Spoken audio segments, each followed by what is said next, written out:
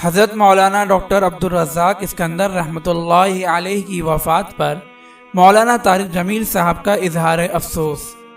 مولانا طارق جمیل صاحب فرماتے ہیں، انا للہ و انا الیہ راجعون۔ آج امت مسلمہ ایک عظیم عالم دین سے محروم ہو گئی۔ مولانا عبدالرزاق اسکندر رحمۃ اللہ علیہ علم کی دنیا میں قیمتی سرمایہ تھے۔ ملک و ملت کے لیے ان کی خدمات ناقابل فراموش ہیں۔ اللہ تعالیٰ ان پر کروڑوں رحمتیں نازل فرمائے۔